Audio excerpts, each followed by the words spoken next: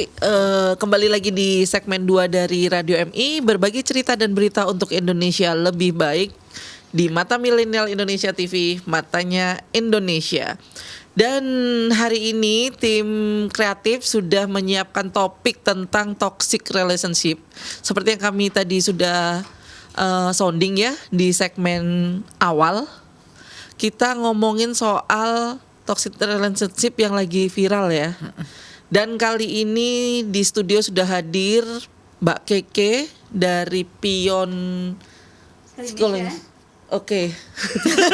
Aku lupa Pion apa ya? Soalnya biasanya kan di PUB ya. Biasanya di PUB dan sekarang dipindahin ke Radio MI. Jadi aku lupa. Apa kabar Mbak? Baik Mbak. Bagaimana kabarnya Mbak? Alhamdulillah baik, habis tes swab ya. Aman jadi ya Mbak aman. ya. Itu yang penting. Oke. Oke Mbak. Tadi kan kita sempat ngobrol ya di segmen 1 ngomongin soal toxic relationship. Yang bukan sempat viral sih, sampai sekarang masih gitu kan. Nah, toxic relationship susah banget ya. Enggak, tadi sampai ship loh. Sound the ship. Toxic relationship itu apa sih Mbak? Maksudnya mungkin kita tahu ya kalau bahasa Inggris diterjemahin ngerti gitu kan. Tapi bentuk konkretnya itu seperti apa? Oke, sebenarnya kalau toxic relationship itu kan secara harafiah hubungan yang beracun, ya kan? Secara harafiah seperti itu. Jadi sebenarnya kalau misalnya hubungannya ini udah mengindikasikan adanya yang sifatnya merusak, itu sebenarnya sudah mengarah ke toxic relationship. Okay. Nah, jadi contoh konkretnya itu biasanya pasangan atau pasangannya dia mulai melarang-larang, biasanya di situ. Jadi misalnya melarang, kamu nggak boleh ya temenan sama temen cowok gitu misalnya gitu. Nah di situ mulai ada indikasi toxic relationship. Nah mungkin aku ngasih baseline-nya dulu ya. Kalau misalnya hubungan yang sehat itu harus ada 4 komponen. Oke, 4 komponen. 4 komponen. Aku singkat dengan RES. Oke, RES itu adalah respect, equality, safety, dan trust. Gitu. Jadi kalau misalnya nggak ada RES ini bisa mengindikasikan toxic relationship. Nah, contohnya yang tadi itu, misalnya pasangan udah mulai melarang nih, kamu nggak boleh ya temenan sama semua teman cowok, misalnya kayak gitu ya. Berarti kan dia udah nggak punya rasa respect ya dengan pasangannya itu. Kemudian juga udah nggak ada rasa setara, equal dengan pasangannya, dan juga tidak membuat pasangan ini merasa aman, secure, safe. Itu udah nggak ada rasa itu dan tidak bisa percaya dengan pasangannya. Kenapa mesti dilarang? Kalau misalnya memang dia berteman dengan teman cowoknya pun juga tidak masalah, nggak ada masalah, nggak ada hubungan yang lebih lanjut gitu ya, gitu. Jadi itu sudah mengindikasikan toxic relationship kalau tidak ada 4 komponen itu, gitu. Kalau hanya ada umpamanya nggak 4, nggak full 4 tapi 2 hilang gitu. Oke, sebenarnya 1 aja juga udah mulai indikasikan.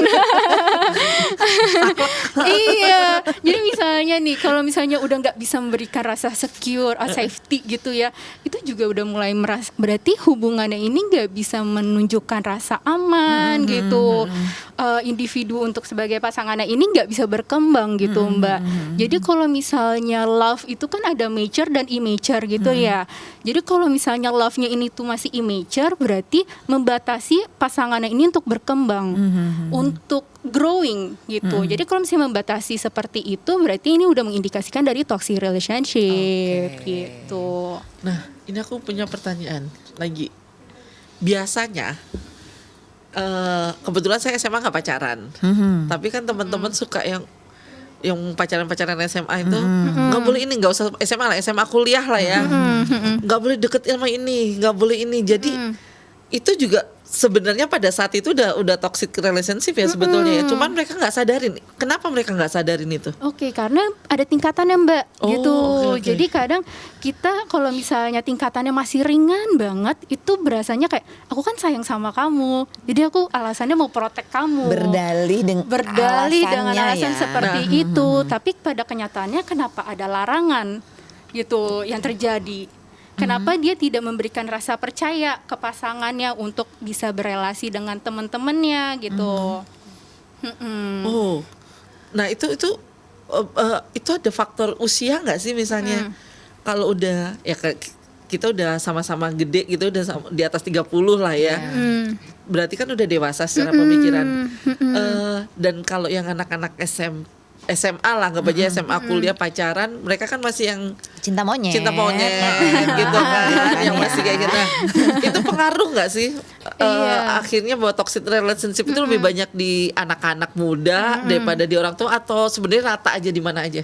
Di semua usia bisa terjadi sih Mbak. Bahkan mungkin pasangan yang sudah menikah berbelas tahun pun juga Puluhan bisa. tahun pun bisa Puluhan ya. tahun juga bisa. Dan gitu. itu tidak disadari? Bisa tidak disadari. Jadi tergantung tingkatannya lagi. Kadang kalau misalnya cuman yang kayak verbal saja gitu, merasa melarang-larang, terus habis itu misalnya tidak percaya kayak gitu, itu kan biasanya kita menganggapnya oh ini bagian dari pacaran ya gitu. Tapi kalau misalnya udah ada bukti fisik, misalnya lebam-lebam di mukanya, serem ya? nah itu kan berarti udah dampak fisik ya. Nah itu berarti biasanya orang lebih menyadari karena kayaknya ibaratnya harus dipukul dulu nih baru sadar gitu. Tapi kalau misalnya cuman ngomong-ngomong doang gitu kan kayak ya udahlah ini kan bagian dari pacaran gitu. Jadi nggak terlalu disadari gitu. Saya lagi wow sampai digebuk Iya. dan mereka Dan mereka tetap nggak sadar kalau mereka ada dalam satu hubungan relationship. yang toxic gitu. Sampai harus diingetin orang lain, kamu tuh udah sampai lebam loh, udah sampai berdarah, berulang. Biasanya berulang itu dengan alasan dia sayang aku kok gitu. Biasanya toxic relationship itu kenapa nggak disadari karena pasangan yang melakukannya tetap bilang aku sayang kamu makanya melakukan ini Dengan alasan itu. gitu. Nah, untuk si korbannya sendiri, ini kan semestinya ya, yang cepat ambil yang bereaksi cepat itu kalau udah sampai kejadian itu fisik gitu, fisik yang kelihatan gitu. Korbannya sendiri udah kejadian fisik pun masih suka nggak realize kalau nggak bagus nih, ini hubungan nggak sehat, dan mereka pilih untuk stay di hubungan itu. Kenapa? Karena bodoh banget sih. Apa udah terlalu geger otak? Kebanyakan dijedotin apa gimana? Iya, itu namanya kembali lagi kalau misalnya immature love itu ibaratnya love is blind. Iya. Ada lagunya tuh. Iya. Angkatan tua. Iya udah kelihatan kesananya Mbak. Kalau life is blind berarti kayak semuanya tuh indah, mau digebukin juga indah gitu. Yang penting setelah itu aku tetap disayang, aku tetap dibilang I love you, aku tetap diperhatikan gitu. Jadi apa yang membuat orang ini tetap bertahan itu biasanya itu ada rasa self esteem yang rendah. Jadi nggak rasa percaya diri dengan dirinya sendiri. Jadi butuh untuk pengakuan dari pasangannya. Ini pelaku apa korban nih? Korbannya. Oh, korban. Korban yang tetap stay dengan hubungan itu gitu. Jadi ada rasa self esteem yang rendah, kayak merasa oh ya nggak apa-apa deh saya disakitin kayak gitu. Yang penting saya ada yang sayang dengan saya seperti itu. Terus misalnya ada rasa trauma juga sebelumnya, ada pengalaman sebelumnya itu yang membuat dia oh ini biasa aja kok dulu saya pernah mengalami ini juga gitu. Atau juga bisa menjadi ada role modelnya di rumah, menganggap itu hal yang lumrah gitu. Jadi misalnya orang tua berkomunikasi antar sesamanya itu juga begitu. Iya begitu, berteriak. Jadi pola asuhnya salah satu baik maupun pelaku atau korban ini ada yang salah di pola asuh mereka dulunya juga. Bisa jadi Mbak, karena ini kan bukan suatu hal yang tiba-tiba ya. Baik tiba-tiba mukul kan nggak Iya seperti sih. itu gitu kan. Pasti ini kan terbentuk dari lingkungannya juga gitu. Dan setiap orang kan punya kepribadian masing-masing ya. Nah ketika udah dibentuk dengan lingkungannya, maka membentuk suatu kepribadian yang sifatnya tuh yang menyakiti gitu loh orang lain gitu. Yang menyakitinya ini bisa verbal, bisa fisik, bisa financial, bisa macam-macam gitu Mbak. Agak serem ya. Berarti emang, Dan baru kali ini loh Mbak Lisa speechless. See how I feel kan Mbak. karena aku tadi mikirnya ada beberapa temen lah ya yang pacaran aja udah digebukin, udah segala macam. Enggak, tapi dia tuh cinta sama gue gitu kan. Zaman-zaman kuliah tuh. Hah? Kok bodoh ya? Kadang Iya, gitu ya. Nah, ketika kita udah mengingatkan nih, sudah mengingatkan orang tersebut gitu ya, nggak, hubungan lo ini nggak sehat. Kalau dulu kan kita mikirnya seperti itu, belum dengan istilah toxic relationship. Hubungan lo tuh nggak sehat. Itu gimana kita ngangkat si siapa namanya? Korban. Si korban ya. Yang notabene biasanya rata-rata perempuan ya. Yang habis itu sadar dong, wake up. Oke, itu biasanya kalau misalnya kita sebagai teman terdekat atau keluarga terdekat, paling harus diingatkan dulu apa sih yang nggak sehatnya, dikasih tahu. Kadang mereka saking blindnya, mereka nggak sadar kalau itu nggak sehat. Di situ, di titik itu, dia merasa itu bagian dari pacaran. Emang kenapa? Emang nggak sehat kayak gitu. Jadi itu perlu diingetin sih. Senaif itu. Bisa jadi, bisa ke arah sana. Bisa sih. Iya, bisa jadi. Iya, kayak misalnya sesimpel yang kayak ngelarang lo nggak boleh ini, lo nggak boleh. Iya kan dia berarti sayang sama gue, dia nggak mau. Denialnya dia gitu. Iya, Jadi bagian dari denialnya dia. Ini enggak kayak gini kok kejadiannya gitu. Dia pengen merepress apa yang terjadi ke yang sebenarnya. Jadi memang dia ada rasa menutup-nutupi, lebih ke arah sananya itu sih. Jadi paling yang bisa dilakukan oleh orang sekitarnya ya mengingatkan apa yang tidak sehatnya, mengingatkan batasan yang sehat itu seperti apa. Yang tadi rest itu, yang rest itu mesti diingatkan lagi. Terus habis itu menawarkan bantuan juga boleh ke dia. Kamu kalau ada apa-apa kasih tahu saya ya. Jadi kayak 911-nya dia. Gitu. Karena anything could happen at that moment. Gitu. Jadi daripada dia ada apa-apa selanjutnya, mendingan kayak kita preconscious aja deh gitu. Kita ngasih bantuan lebih awal. Kamu kalau ada apa-apa hubungin saya ya, apapun yang terjadi kayak gitu. Karena at that moment maybe it's too late. Dia cuma punya sepersekian detik gitu untuk minta bantuan kayak gitu. Nah, ini aku bentar ya Rin ya. Apa namanya? Aku tuh terus mikirnya gini. Ketika akhirnya kita kasih tahu, kan mereka susah banget ya, terutama kalau kita ngadepin anak-anak yang baru kenal cinta, kan? ABG lah. Atau orang-orang dewasa yang udah di momen gue udah harus kawin, udah harus nikah, ya kan? Itu amat sangat susah. Apa namanya, pendekatan seperti apa sih selain yang kita ngasih tahu itu, karena meyakinkan bahwa dia ini ada dalam satu hubungan yang nggak sehat itu nggak gampang. Walaupun kita udah ngomong nih loh, rest gitu kan, apa segala macam kita sebutin, trust lah, equality lah, apa segala macam. Itu harus, maksudnya apakah kita harus seret lo ke psikolog duduk? Karena kan kita orang awam nih, kita belum tentu bisa nerangin ini atau gimana? Mungkin bisa dikasih tahu, coba ditanya balik ke orangnya itu supaya dia yang berpikir. Gitu. Jadi coba ngajak dia untuk berpikir, misalnya, kamu ngerasa nggak sih selama ini kamu jadi terbatas aktivitasnya? Kamu mungkin kamu selama ini ngerasa nggak sih kamu jadi ngerasa kamu yang selalu bersalah? Padahal kamu nggak ngelakuin apa-apa loh. Coba kamu kenapa kena pukul? Karena misalnya aku pergi sama teman-teman cowok aku.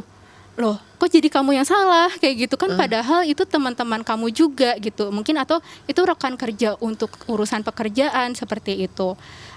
Terus ditanya lagi ke dia, menurut kamu kalau misalnya dia marah ke kamu, itu apa sih maknanya untuk kamu kayak gitu? Apa sih yang kamu pikirkan ketika dia marah sama kamu? Tandanya apa di situ? Kalau sampai dia bilang itu tanda sayang nggak kayak gitu. Tanda sayang kamu harus disayang, kamu harus merasa dihargai, lebih ke arah sana. Jadi merasa respect, merasa dihargai kayak gitu, itu adalah tanda sayang. Jadi ngasih tahu tanda-tanda sayang yang wajar tuh seperti apa ke teman-teman yang ini tuh boleh dikasih tahu. Berarti harus dibedah satu-satu ya. Nggak bisa tuh kita cuma ngomong udah pacar lu tuh nggak bener. Iya, mungkin itu udah final, kayak udah di ujung tombak gitu. Pacar lu nggak bener gitu. Itu harus dilemparin. Kadang mesti kayak harus di harsh banget ya wordsnya gitu, sampai dia tuh sadar, oh ini nggak benar ya gitu. Atau misalnya ninggalin aja misalnya nomor psikolog atau misalnya profesional yang bisa bantuin dia gitu. Ini at any time kamu boleh hubungin dia gitu kalau kamu butuh bantuan. Kalau misalkan kamu merasa nggak nyaman cerita dengan saya kayak gitu. Jadi itu untuk mengingatkan, oh berarti ini udah di batas bahaya ya untuk saya menjalani hubungan ini ke depannya. Bisa gitu. Nah, kalau tadi kan Mbak Keke sempat mention korban yang pilih untuk tetap ada di titik itu gitu, ada di posisi itu karena dia kehilangan self esteem, gitu kan ya. Terus denialnya udah gede banget. Nah, pelakunya ini sendiri kan kayak punya kelainan jiwa dong dengan dia melakukan hal yang beracun dalam satu hubungan itu, melakukan hal yang toksik dalam satu hubungan. Ini bisa mengganggu juga nggak sih kejiwaannya si korban? Separah apa kalau dia pun damage gitu? Oke. Itu tergantung dengan apa yang diterima perlakuan dari pasangannya itu sih Mbak. Jadi kalau misalkan yang kembali lagi tingkatannya itu, kalau misalkan sifatnya itu tidak ada fisikal dan itu hanya verbal aja ya, misalnya ngomong-ngomong larang-larangan, kamu nggak boleh temenan sama ini, nggak boleh temenan sama itu, nggak boleh melakukan ini, nggak boleh aktivitas itu. Atau misalnya kalau dalam rumah tangga juga misalnya kamu nggak boleh bekerja misalnya kayak gitu, dengan alasan udah kamu di rumah titik, ini saya nggak suka. Tidak menjelaskan alasannya seperti itu masih bisa dikomunikasikan ke pasangannya itu. Jadi damage-nya itu masih bisa ditangani lebih ke arah sana. Tapi kalau misalnya sifatnya sudah abusive, itu akan sulit untuk ditangani lebih lanjut sendiri ya. Gitu, itu butuh profesional karena damage-nya itu udah menyangkut ke membentuk pengalaman yang dialami. Trauma ya. Iya, jadinya. traumanya dia gitu. Damage-nya bisa ke arah trauma. Kalau misalnya traumanya ini disimpan, tetap di keep sendiri, khawatirnya ini dia merasa dia jadi blaming herself gitu atau himself. Kan korban bisa perempuan atau laki-laki juga gitu. Jadi mereka udah jadi korban, terus mereka cenderung malah menyalahkan diri mereka sendiri gitu. Dia bisa jadi menyalahkan diri sendiri atau misalnya merasa oh ini saya yang salah gitu. Tapi biasanya kan kalau yang melakukan hal yang toksik dalam satu hubungan ini, biasanya kalau udah sampai ke hal yang fisik, lisan pasti ini dong ya Mbak ya, pasti ada gitu kan ya, kata-kata kasar yang menyakiti itu pasti ada, yang bikin dia low self esteem itu. Nah, seandainya itu datang ke psikolog, udah separah itu gimana? terapi seperti apa gitu ya? Oke. Kalau terapinya itu pasti akan butuh waktu cukup panjang ya Mbak ya. Karena itu kan menggugah emosinya dia. Jadi pertama mesti digugah dulu emosinya, terus habis itu ditanganin pelan-pelan, mengenali triggernya apa awalnya, kenapa bisa dibentuk ini, itu yang dihandle sebenarnya. Jadi untuk menuju ke trigger kan sulit ya, kayak ke akarnya seseorang tuh sulit gitu. Jadi biasanya kan orang berperilaku nutupin cuma surface-nya doang, lapisan luarnya doang. Jadi kalau misalnya mau tahu penyebabnya ya lewat terapi itu pelan-pelan gitu, nanti sampai di titik oh ternyata ini penyebabnya. Jadi ini yang harus di-solve. Apa penyebabnya? Apakah role model? Jadi di situ dibentuk role model yang sehat itu tidak seperti itu. Gitu. Jadi diberikan insight di terapi itu role model yang sehat itu seperti apa. Jadi dia bisa mendapatkan role model yang berbeda dari sebelumnya, lebih ke arah sana Mbak. Oke. Tuh Mbak Lisa, Aku bingung mau nanya yang mana. Oke, ini pertanyaannya mungkin kalau tadi kan kita udah terjunnya, sekarang preventifnya nih. Ketika kita adalah misalnya yang masih pacaran, masih ini, ada indikasi nggak sih ini orang nanti bakalan membawa saya ke dalam satu hubungan toksik gitu? Oke, ya kalau misalnya di awal kayaknya nggak bakal kelihatan ya Mbak ya, kan pasti orang menampilkan hal yang baik di awal gitu. Tapi kalau misalkan udah mulai ciri-ciri, misalnya kamu merasa dibatasi kegiatannya, kamu merasa ada yang berbeda, kamu merasa sudah semakin sering ada cekcok dengan pasangan, sering berantem, terus sering mengalah juga bisa menjadi indikasi ke arah sana. Jadi itu perlu jadi tanda-tanda waspada untuk ini bisa ke arah toxic relationship kalau misalnya tetap diteruskan ke depannya. Oh, oke. Berarti itu kayak lagunya ini Mawar De Jong. Apa yang itu? kamu salah tetap aku yang salah. Apa ya itu lagunya ya? Aku lupa judulnya ya. Sempet lah ngehits banget lah lagu itu. Kamu salah. Dia yang salah tapi kita yang ngakuin salahnya. Ada tuh lagu itu tuh. Oh. Mungkin itu pengalaman. Kalau gini, kita merasa lelah. Ada End of the end gitu ya, end of the end. Ada itu orang aja lelah gitu rasanya. Itu udah Iya. masuk indikasi juga. Karena kalau misalnya kenapa bisa lelah, kan kalau misalnya pacaran seharusnya indah ya. Lihat dia aja tuh rasanya Males gitu ya. Iya, males gitu ya. Iya, kenapa harus ada dia menjadi pasangan? Karena pasangan seharusnya mendukung, support gitu. Mestinya iya sih. Mendukung growing dengan caranya masing-masing gitu ya. Jadi masing-masing orang itu kenapa pacaran kan proses penyesuaian diri gitu. Jadi kalau misalkan udah sampai di titik lelah, berarti ada tidak kecocokan antar pasangan ini. Apa di bagian mananya? Apakah ketidakcocokan ini masih bisa diperbaiki? Atau ini suatu hal yang sudah fatal, tidak mungkin diperbaiki? Jadi kalau misalnya pun diperbaiki, pasti akan ada resiko yang tidak akan semudah itu untuk dijalani ke depannya juga gitu. Nah, nih tadi aku tertarik di awalan disebutkan Mbak Keke bahwa toxic relationship ini terjadi karena ada akarnya kan. Jadi apa pola pengasuhan kah atau apapun itu. Nah, kalau kita ketemu pola, anggaplah dia emang keluarganya juga seperti itu gitu ya. Mungkin nggak sih ini orang dibenerin? Maksudnya yang Ya, toksiknya berubah. ini dinetralkan untuk tidak jadi toksik lagi Tidak gitu. ya, itu kembali lagi dia sudah seberapa parah toksiknya dia. Wow. Dan sebenarnya kan orang yang tetap memilih untuk menjalankan dia harus paham resikonya apa.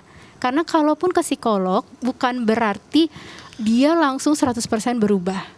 Bukan berarti psikolog yang mikirin solusi untuk orang ini. Semua keputusan pasti kembali Baliknya lagi ke pribadi itu Iya, sendiri. kembali lagi meskipun kita sudah memberikan penjelasan, oh ini tuh yang sehat, ini yang tidak sehat. Tapi Taunya dia nggak ngerasa kalau dia nggak sehat. iya. Problemnya kan Nah, gitu problemnya ya. gitu, betul. Kalau bagi pelakunya, maksudnya dalam artian melakukan toksiknya itu memang lebih lebih sulit disadari dibandingkan yang mengalami toksik gitu. Jadi korban gitu. Jadi ketimbang korbannya. Oke. Jadi manipulasi mungkin ya. Iya. Si pembawa racunnya itu memanipulasi korban ya Mbak ya. Biasanya diingetin sama orang-orang sekitar sih. Biasanya kayak misalnya, kok kamu mukul-mukul pacar kamu sih kayak gitu. Atau enggak misalnya, kok kamu sekarang jadi ngelarang-larang pacar kamu sih kayak gitu. Atau enggak misalnya banyak hal, ada perubahan perilaku misalnya. Kalau misalkan ini baru terjadi sekarang. Atau misalnya, oh kamu ternyata masih tetap ya mukul cewek kamu kayak gitu. Itu biasanya diingetin sama orang sekitarnya sih, karena dinotis ya selama lingkungannya sehat. Sehat. Kalau lingkungannya juga seperti itu ya Nah, udah. itu makin PR deh. Kalau korbannya tetap nggak mau pergi ya udah DL deh ya cerita lo. Iya. Ini aku pernah baca toxic relationship itu ada beberapa jenis kan. Ada yang deprecator, beliter, overreactor, sama over dependent partner. Itu apa ya Mbak ya? Oke, deprecator belittler itu biasanya pasangan yang meremehkan, yang saling meremehkan. Jadi kayak kamu mah nggak bisa lah, misalnya ngelanjutin S2 misalnya, kamu mah nilainya juga remet-remet mulu misalnya kayak gitu. Atau enggak misalnya kamu ngomong sama aku aja nggak nyambung, apalagi S2 kayak gitu. Jadi Ada kayak ya? bisa aja gitu, kayak maksudnya se-harsh itu kan juga bisa gitu. Jadi itu salah satu jenis dari toxic relationship dengan bentuk yang berbeda-beda ya di konkretnya. Pokoknya selama itu udah mulai meremehkan, underestimate kemampuan pasangan, bukannya mensupport, itu salah satu jenis dari deprecator belittler. Oke. Kayak terus kemudian kalau misalnya yang overreactor itu biasanya pasangannya berlebihan bereaksinya gitu. Jadi misalnya kesalahannya sangat sepele, misalnya cuman numpahin air ke bajunya dia misalnya, tapi marahnya langsung berlebihan gitu. Padahal cuman nggak sengaja dia menumpahkan air ke bajunya gitu. Itu juga bisa jadi salah satu jenis dari toxic relationship, overreactor. Dan yang terakhir itu adalah Overdependent. overdependent. Jadi biasanya pasangannya cuman diam atau enggak iya aja. Jadi semua keputusan itu ada di pasangan. Kelihatannya simple sih, tapi dia jadi merasa kok tanggung jawab saya berat ya di sini gitu. Oh, jadi kebalikan ya malahan ya. Kebalikan, Oke. Jadi kebalikan. Oh, kok semuanya saya yang melakukan sih? Ya tergugah lah marahnya dia gitu. Kok ini orang pasif banget pasangan saya seperti itu. Nah, kalau ini nih yang jadi toksiknya yang mana nih? Yang pasif banget apa? Yang pasif berarti. Enggak, yang justru yang merasa maksudnya yang melakukan ya, yang melakukan atau korbannya? Yang toksik, yang melakukan hal yang melakukan pelakunya ya, yang melakukan toksiknya itu ya, yang itu yang selalu mengambil keputusan lama-lama, karena kan dia lama-lama tergugah emosinya. Dia lama-lama bisa jadi marah dia. Jadi kesel, gue lagi. Iya, gue lagi nih gitu. Lu ngapain aja selama ini gitu kan. Jadi meremehkan jatuhnya lagi kayak gitu. Jadi ya jadi cycle-nya tuh seperti itu ya. Oke. Jadi dalam jenis-jenis toxic relationship. Kenapa sih lidahku hari ini? Ini nih nggak yang cuman satu jenis itu aja berulang-ulang, tapi bisa jenis ini tiba-tiba ketemu sama situasi yang begini dia juga melakukan jadi overreactor juga, jadi over dependent partner juga bisa kayak gitu ya. Bisa terjadi. Pokoknya sama kayak toxic. It's toxic, membuat bersalah, membuat insecure, itu ya toxic gitu. Jadi kadang ya kita ya melakukan aja, cuman nggak tahu nih jenis apa gitu kan. Tanpa disadari, ini ya terjadi aja seperti itu. Nah, kalau kita udah terjun nih ke situ, terus sadar gitu ya, naifnya anak-anak kecil pasti udah dia bisa berubah kok. Gitu. Itu naifnya anak-anak kecil gitu kan. Tapi kalau yang udah dewasa kan, sutralah putus aja gitu kan, itu dua hal yang berbeda. Nah, cuman kalau kita ketemu sama yang toksik ketika dia tidak bisa kita putuskan, itu apa yang harus kita lakukan? Ada tuh yang saking, yang terutama yang overprotective gitu ya, yang overprotect itu udah kita putus, kita nggak bisa, itu tuh wah kita mesti ngapain? Oke. Itu memang susah sih. Ibaratnya tuh kayak kita udah putus sama mantan tapi susah move on. Sama itu aja udah susah gitu kan. Apalagi yang toksik ini karena merasa ini zona nyaman saya sebenarnya. Nah, apa yang bisa dilakukan? Coba lakukan hal yang paling memungkinkan untuk dilakukan. Jadi nggak usah muluk-muluk. Apa yang paling memungkinkan untuk dilakukan? Misalnya mendiskusikan dengan pasangan, ajak ngobrol dengan pasangan. Ini udah nggak sehat loh, ngasih tahu batasannya. Saya merasa kok saya lebam-lebam, misalnya udah ke arah sana. Dicoba diskusikan ke arah sana. Jadi coba melakukan hal yang paling memungkinkan untuk dilakukan. Komunikasikan itu. Jadi ngomongin aja apa sih, mulai dari perasaan kita dulu. Selama ini apa sih yang kita rasakan kalau selama sama dia, selama pacaran ini, atau sejak dia mulai melakukan toksik.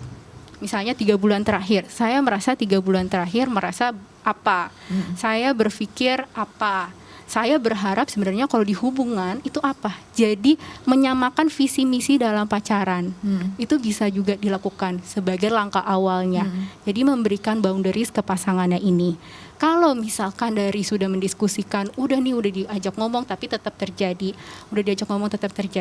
ya mau gak mau harus mencari bantuannya. Kalau misalkan belum bisa ke profesional, coba hubungi orang yang terdekat dulu. Jadi hanya ngasih notis aja, saya udah di hubungan yang seperti ini, saya akan butuh bantuan kamu ya kalau saya sampai ada apa-apa seperti itu.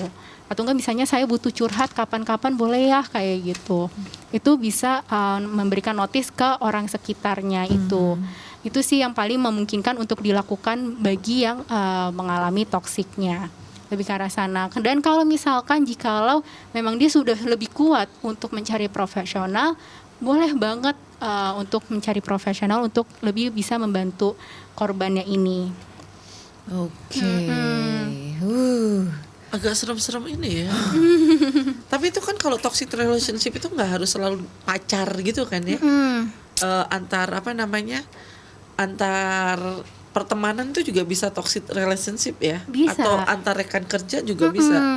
Bisa. Jadi kalau misalnya konteksnya itu dengan pertemanan atau misalnya rekan kerja, ya kembali lagi, apakah kamu merasa dihargai dengan rekan kamu?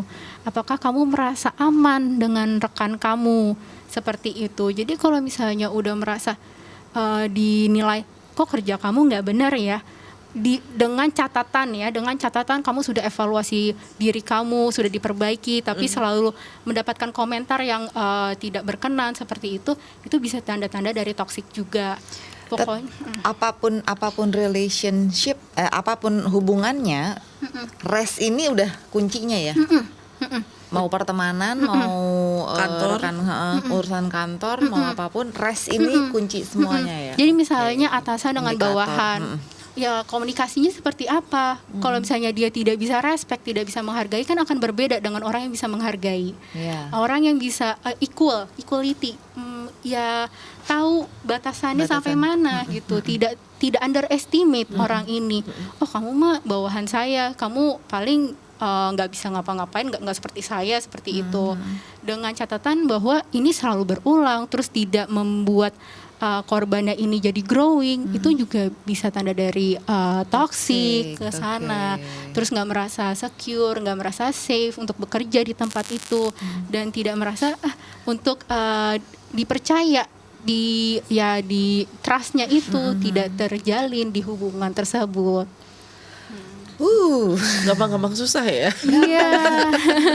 Gampang-gampang susah-susah.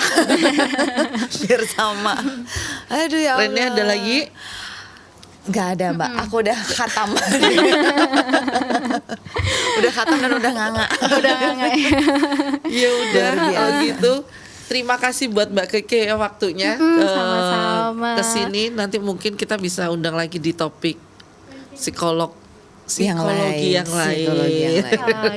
Ternyata ini memang gampang-gampang susah. Satu yang tadi Iya. ini gimana caranya kita sadar bahwa kita berada di satu hubungan yang beracun, apapun bentuk hubungannya. Satu itu, terus yang kedua mungkin mendengarkan orang sekitar itu ada baiknya. Ketika mereka berkomentar terhadap hubungan kita ya, karena mereka jauh lebih objektif ya daripada kita yang cenderung subjektif seperti itu. Terus dan nggak boleh takut kalau akhirnya kita harus memutuskan untuk stop ya. Iya. Kita harus berhenti. Kita harus berani untuk Iya. bilang itu stop gitu. Jadi punya keberanian untuk bilang tidak, saya tidak suka diperlakukan seperti ini. Jadi itu memberikan batasan untuk diri sendiri. Betul, ya aku Ke setuju situ. banget. Sip, terima kasih. Nanti kita mungkin kita akan ketemu lagi sama Mbak Keke di topik-topik psikolog yang lain yang lebih seru. Tim kreatif nanti cari. Kalau kamu kemarin PUB udah ngebahas apa aja? Self love udah, terus toxic parenting. Oke. Mungkin itu nanti bisa di copy sama tim kreatifnya. Yang belum Aku di lo kecacar Radio jadinya lo berkali-kali. Sedih aku kalau ngebahas tentang psikologi gitu ya. Aduh kenapa ya? Menguras tenaga. Kita nanti akan kembali lagi di segmen 3 masih di Radio MI, berbagi cerita dan berita untuk Indonesia lebih baik hanya di Mata Milenial Indonesia TV. Matanya Indonesia.